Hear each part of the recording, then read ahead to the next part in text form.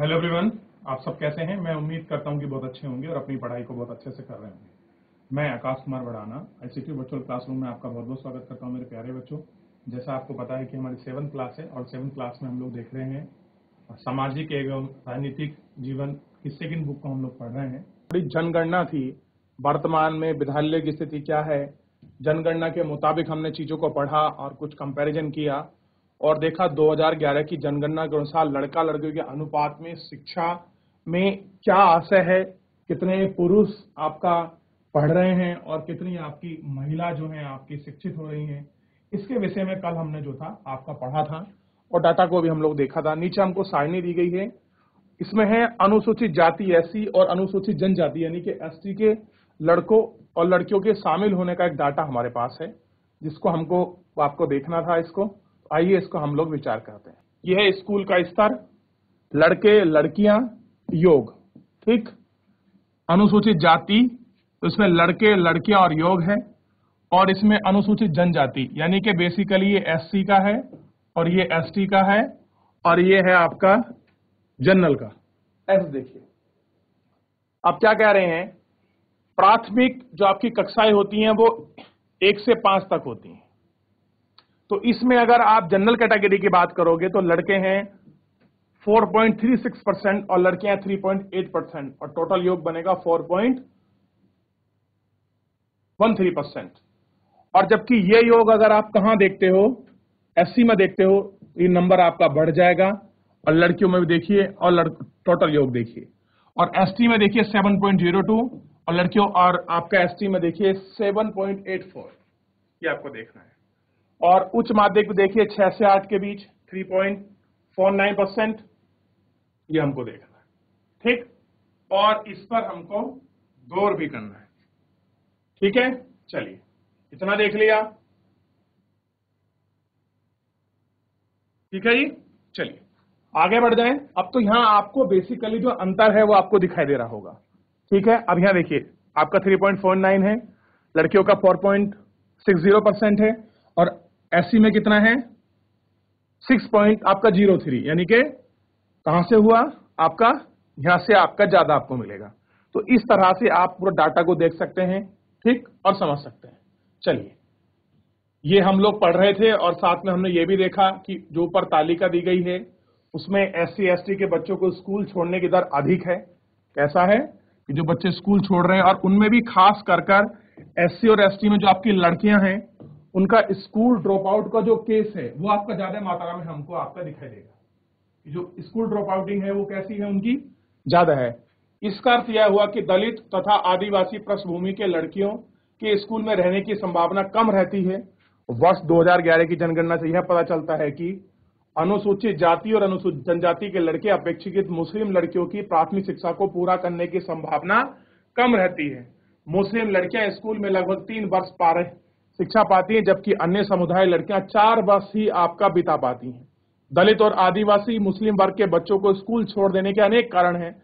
देश भर में विशेषकर ग्रामीण और गरीबी क्षेत्रों में नियमित रूप से पढ़ने के लिए उचित स्कूल नहीं है। या तो गरीबी है ग्रामीण क्षेत्रों में या फिर स्कूल की प्रॉपर फैसिलिटी नहीं है, तो ही एससी एसटी और खासकर मुस्लिम वर्ग की जो लड़कियां हैं वो स्कूल आपका नहीं जा पाती हैं और उनका ड्रॉप आउट यानी स्कूल छोड़ने का जो नंबर है वो आपका उनके तुलनात्मक रूप से ज्यादा हमको दिखाई देता है, ठीक। अब कल आप देखे थे कि आपका जैसे उनके पास बैग नहीं है, बस जाने की सुविधा नहीं है, अभिभावक लड़कियों को स्कूल भेजना नहीं चाहते, परिवार में अत्यंत आपकी निर्धनता है, सब बच्चों को पढ़ाने का खर्च नहीं उठा सकते, लड़के आपका लड़कों को पहली प्राथमिकता मिलती है, लड़कियों को नहीं मिलती, और किसी के साथ आपके शिक्षक जो हैं भेदभाव करते हैं। और ऐसी कहानी हम लोग ओम प्रकाश वाल्मीकि की कहानी में पिछले चैप्टर में बहुत अच्छे से पढ़ सकते हैं। तो ये कुछ ऐसे कारण हैं जहां पर एससी एसटी और मुस्लिम वर्ग की लड़कियां जो हैं आपका स्कूल ना जा रही हैं, ये उसके कुछ कारण हैं। और ऐसे कारण आपको अपने पास पड़ोस में भी दिखाई देंगे कि बहुत बार लड़कियों को स्कूल नहीं भेजा जाता, ठीक। बहुत सारे कारण बताए जाते हैं, आर्थिक स्थिति अच्छी नहीं होती, परिवार में आपका लड़कों को पढ़ाने का पहला प्रेफरेंस मिलता है, पहला ही प्राथमिकता देते हैं, लड़कियों को नहीं देते। ये बहुत सारे ऐसे कारण हैं जो क्या बनते हैं, लड़कियों के स्कूल ड्रॉप आउट का सबसे बड़ा केसेस बनते हैं। तो इतना जितना हमने अभी तक चैप्टर में पढ़ा है, इसमें आप लोग एक बार देख लीजिए, कुछ पूछना है, कुछ डाउट है, कोई क्वेरी मन में आ रही है तो एक बार आप लोग अपनी बुक को पलटकर देख सकते हैं, कोई क्वेश्चन आप मुझसे पूछ सकते हैं। नहीं तो मेरे प्यारे बच्चों फिर हम लोग इसमें आगे बढ़ेंगे। देखिए जल्दी बच्चों, डाउट है किसी, कोई क्वेरी हो, कुछ पूछना चाहते हो आप? आपने एक अभियान देखा होगा, बेटी बचाओ बेटी पढ़ाओ। ऐसा लोगो आपको अक्सर सरकारी बसों में, रेलवे स्टेशन पर, सरकारी योजनाओं के चिट पर और ना जाने कितनी जगह ऐसा लोगो लगा होगा, बेटी बचाओ बेटी पढ़ाओ। देखा है?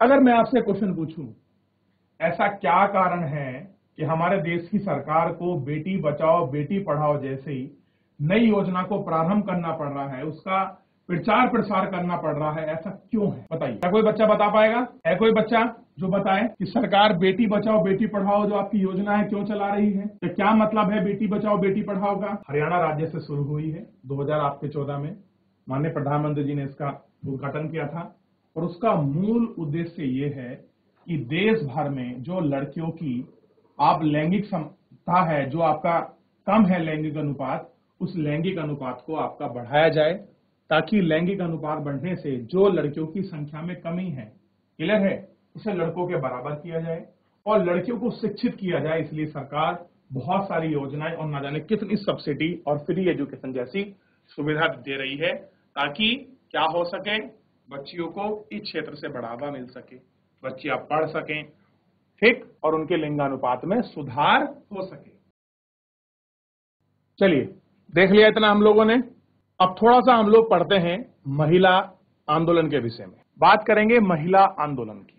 देखिए, अगर चाहे हम भारतीय समाज की बात करें या किसी भी महाद्वीप का कोई भी ऐसा देश ले लीजिए, हर देश में महिलाओं ने अपने अधिकार के लिए आंदोलन किया है। आज के समय में तो हमको वोट गिनने का अधिकार है महिलाओं को, लड़कियों को जो 18 वर्ष से आयु कंप्लीट कर लेती हैं। लेकिन क्या देखिए, क्या ये पहले था? हाँ, भारत में तो मिला, लेकिन एक समय था यूरोप जैसे देशों में, खास करके ब्रिटेन, पोलैंड, इंग्लैंड में, वहां भी महिलाओं को अपना वोट पाने के लिए, उन्होंने अपना वोट डालने के लिए संघर्ष किया, उनको एजुकेशन मिले। देखिए भारत में ये चीज आज पनपी है। आप देख रहे थे, कल हम लोग कहानी पढ़ रहे थे, क्लियर है, और कल में हमने कहानियों में पढ़ा कि कैसे आपका महिलाओं के लिए शिक्षा कितना बड़ा आपका चैलेंज था, ठीक। तो क्या चैलेंज केवल भारत में ही बना हुआ था? नहीं, अगर आप पुराना इतिहास उठाकर देखोगे तो जो आपका यूरोप है, जहां से एजुकेशन की एक पुंज जलती है, वहां भी महिलाओं ने शिक्षा प्राप्त करने के लिए न जाने कितने आंदोलन और कितने संघर्ष किए हैं, तब उनको इस अधिकार तक पहुंचा है। अब देखिए, अभी कुछ समय पहले की बात है, आप लोग देखेंगे तो सऊदी अरब इतना रिच कंट्री था, वहां महिला को कार चलाने की आजादी नहीं थी, ठीक, वो लोग वोटिंग नहीं कर सकती थी। सोचिए, आज हम 21वीं सदी में जी रहे हैं और ऐसा देश जिसके पास वहां इतना बड़ा पैसा हो और बहुत ज्यादा आपके रिसोर्सेज हो और दुनिया की अमीर कंट्रियों में गिना जाता हो, लेकिन वहां की महिला कार नहीं चला सकती थी, ठीक, वोट नहीं गिर सकती थी। लेकिन धीरे धीरे वहां भी बदलाव आया। तो जहां की भी आप महिलाओं को देखेंगे, दुनिया के किसी भी कोने, किसी देश में महिलाओं ने अपने आप को प्रूव किया है और संघर्ष कर हमारे समाज के सामने एग्जाम्पल पेश किया। आइए ऐसा पढ़ते हैं और कुछ और कहानी स्टोरी, बहुत सारी चीजें हैं जिनके विषय में हम लोग जानेंगे और एक एक करके गौर करके हम इनके विषय में बहुत अच्छे से पढ़ते चलेंगे। देखिए, अब महिलाओं और लड़कियों को पढ़ने का और स्कूल जाने का अधिकार है। अन्य क्षेत्र में भी, जैसे कानूनी सुधार, हिंसा, स्वास्थ्य, जहां लड़कियों और महिलाओं की स्थिति बेहद बेहतर हुई है, चाहे हेल्थ में देख लीजिए या चाहे कोई कानूनी चीज में देख लीजिए, हिंसा में देख लीजिए, उन लड़कियों की जो स्थिति है वो आपका बहुत बेहतर हुई है। ये परिवर्तन अपने आसपास नहीं आए हैं, औरतों ने व्यक्तिगत स्तर पर और आपस में मिलकर इन परिवर्तनों के लिए संघर्ष किया है। इन संघर्षों को महिला आंदोलन कहा गया। कह रहे जो उन्होंने इतना संघर्ष किया है, इसी को क्या बोला गया? महिला आंदोलन। देश के विभिन्न भागों में कई औरतें और कई महिला संगठन इस आंदोलन का हिस्सा हैं। कई पुरुष भी महिला आंदोलन का समर्थन करते थे। इस आंदोलन में जुड़े लोगों की मेहनत, निष्ठा और विशेषताएं इसे एक बहुत ही जीवन आंदोलन बनाती हैं। इसमें चेतना जगाना करने वाले, भेदभाव का मुकाबला करने और अन्याय के खिलाफ विभिन्न रणनीतियों का उपयोग किया जा गया है, इसकी कुछ झलक आपको भी देख सकते हैं। और कह रहे हैं कि बहुत सारी इसमें झलक हैं, जिन्हें भी आप बहुत अच्छे से आप गौर करके एक एक करके इनको देख सकते हैं और आप उन पर विचार कर सकते हैं। तो महिलाओं ने जो भी किया है अपने संघर्ष और आंदोलन की देन ही उनको मिला है, ठीक। और वो क्या है, लोगों की निष्ठा और मेहनत की विशेषताएं हैं कि उनका जीवित आंदोलन बनी, चेतना बनी और इस तरह से काम किया, ठीक। और आपको अगर कभी मौका मिले, मैंने जैसे कहा था, भारत में जो 1800 के समय का इतिहास है ना, महिला सामाजिक उत्थान के विषय में कभी मौका मिले तो आप जरूर पढ़िए। आपको दिखाई देगा कि 19वीं सदी में महिलाओं की क्या स्थिति थी, कैसे महिला अपनी शिक्षा प्राप्त करने के लिए, पढ़ने के लिए कितने संघर्ष कर रही थी। ये देखिए, एक इमेज हमको दिखाई गई है महिलाओं के अधिकार की। बात करते हैं अभियान की। क्या बोलते हैं, देखिए ये कानून बना है। मान लीजिए किसी के घर में किसी महिला के साथ, किसी बच्ची के साथ, उसके घर का कोई भी फैमिली मेंबर, इवन चाहे उसका पति हो चाहे उनके पिता हो, अगर वो किसी लड़की के साथ मारपीट करते हैं, उसे शारीरिक यातना देते हैं, उसको मानसिक टॉर्चर करते हैं, तो ऐसे केस में लड़कियां कहां जा सकती हैं, पुलिस के पास जा सकती हैं, ठीक। और इस अधिनियम के तहत, क्लियर है, घरेलू महिला हिंसा शारीरिक अधिनियम रोकथाम के तहत वो अपनी कंप्लेन रजिस्टर करा सकती हैं और पुलिस उनकी मदद करेगी। इससे क्या हुआ, आप देखते हैं कि पहले आपका घरों में महिलाओं को बड़ा शोषण झेलना पड़ता था। महिला का शोषण करती थी, पुरुष महिला का शोषण करता था, क्लियर है, उनको मारता था, पीटता था, न जाने कितनी हिंसा वो सहन करती थी, क्लियर है, क्योंकि गवर्नमेंट कोई प्रोविजन था नहीं, कानूनी प्रोविजन। लेकिन 2006 में एक्ट आने के बाद बहुत सारी चीजों में इस चीज का परिवर्तन हुआ है। इस तरह महिला आंदोलन के अभियान के कारण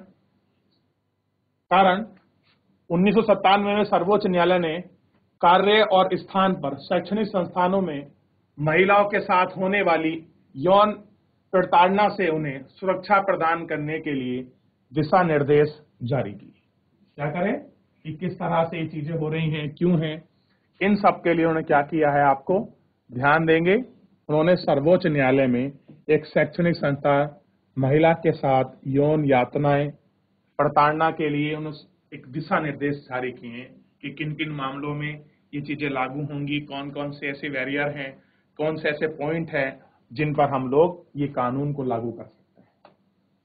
सिख देखिए, एक और उदाहरण देखें तो 1980 के दशक में देश भर के महिला संगठनों ने दहेज हत्याओं के खिलाफ आवाज उठाई। नवविवाहित युवतियों को पति और ससुर के लोगों द्वारा दहेज का लालच में मौत के घाट उतार दिया। तो आपने देखा होगा बहुत सारी जगह ऐसे हैं, नई युवतियां आई हैं, पति ससुराल में गया और लोगों ने दहेज के चक्कर में क्या कर दिया, मौत के घाट उतार दिया, ठीक। डाउरी के चक्कर में लोगों को मारा गया, ठीक है ना। देखिए, महिला संगठन ने इस बात की कड़ी आलोचना करी कि कानून अपराधियों का कुछ नहीं कर पा रही है। इस मुद्दे पर महिला सड़क पर निकल आई, उन्होंने अदालत में के दरवाजे खटखटाए और आपस में अनुभव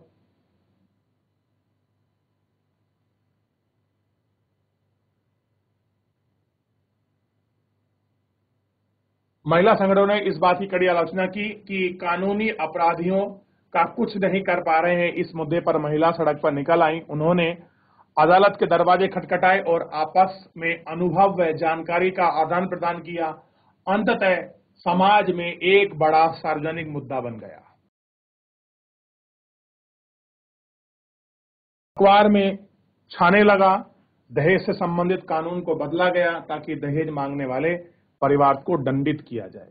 अब आप देखते थे जो लोग पहले दहेज मांगते थे, उनका दहेज पूरा ना हो तो वो लड़कियों को उनको मारते थे, पीटते थे, उनको यातनाएं देते थे और साथ साथ ना जाने कितनी ऐसी मौत हो गई थी दहेज के चक्कर में। सरकार ने उस पर नियम कानून बनाया, महिलाओं ने संघर्ष किया, लोगों को जागरूक किया, तब जाकर कहीं एक ऐसा कानून बना। अब ये एक इमेज आप देख सकते हैं, ये महिला लोगों को जागरूक करते हुए कुछ पर्चे बांट रही हैं, ये समझना।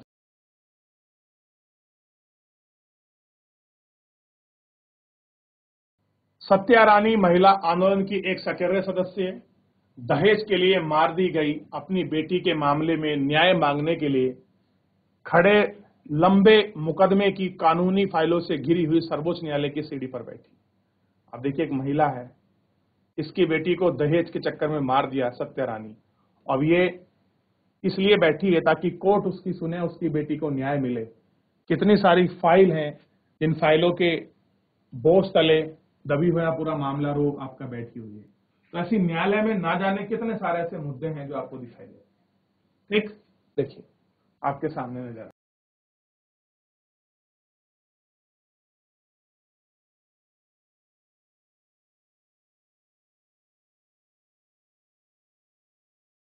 देख लिया। चलिए अब ये देखिए,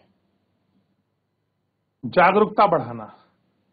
क्या हमारे समाज में जो अपराध होते हैं या बहुत सारी ऐसी हिंसक घटनाएं होती हैं, क्या उनके विषय में सामाजिक चीज लोगों के विषय में पता है? बहुत जगह ऐसी चीजें हैं जिन्हें हमें जागरूक करने की आवश्यकता है, बढ़ावा देने की जरूरत है। औरतों के अधिकारों के संबंध में समाज में जागरूकता बढ़ाना भी महिला आंदोलन का एक प्रमुख कार्य है। कह रहे जो औरत हैं, उन औरतों के संबंध में समाज के लिए जागरूक बढ़ाना भी एक आंदोलन का एक प्रमुख कार्य है।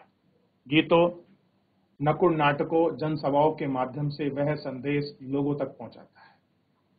कैसा पहुंचाता है? लोगों तक आपका पहुंचाता है।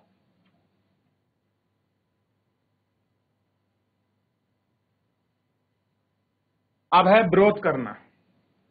जब महिलाओं के हित का उल्लंघन होता है, तो जैसे किसी कानून अथवा नीति द्वारा, तो महिला ऐसे उल्लंघनों के खिलाफ आवाज उठाता है और लोगों का ध्यान खींचते हुए रैली, प्रदर्शन आदि बहुत असरकारक तरीके हैं। ठीक, अब देखिए कैसे लोग जागरूक कर रहे हैं, ये देख सकते हैं। कैसे महिला आंदोलन कर रही हैं, इसको देख सकते हैं।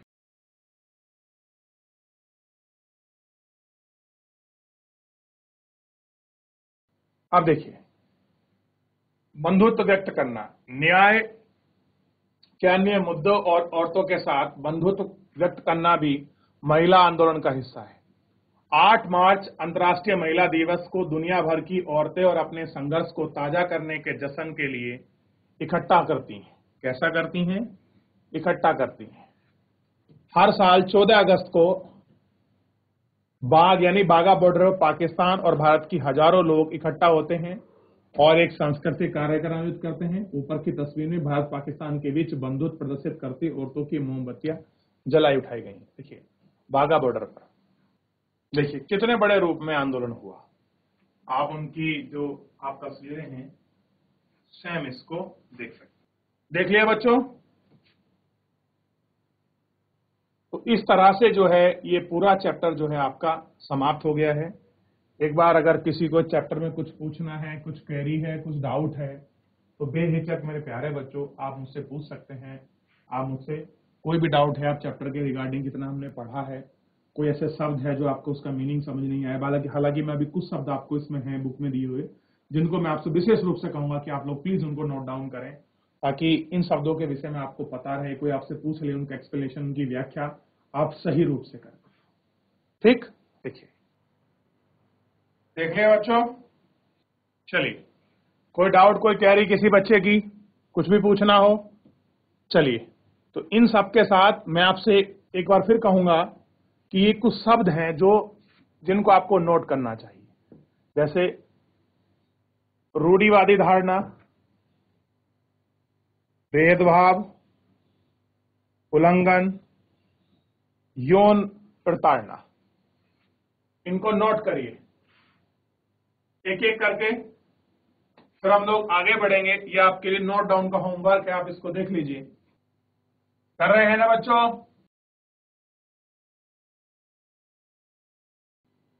तो रूढ़िवादी धारणा क्या है, इसके बारे में स्पष्ट हुआ। भेदभाव के बारे में आप लोग बहुत अच्छे से पढ़ चुके हैं। ओम प्रकाश वाल्मीकि के केस में हमने बहुत अच्छे से इसे सारी चीजों को हमने बड़े गौर करके देखा था कि क्या था भेदभाव। उल्लंघन का मतलब समझ सकते हैं कि जब कोई कानून तोड़ता है या खुले रूप में कोई अपमानित करता है कानून को, उसको बोलते हैं। ठीक।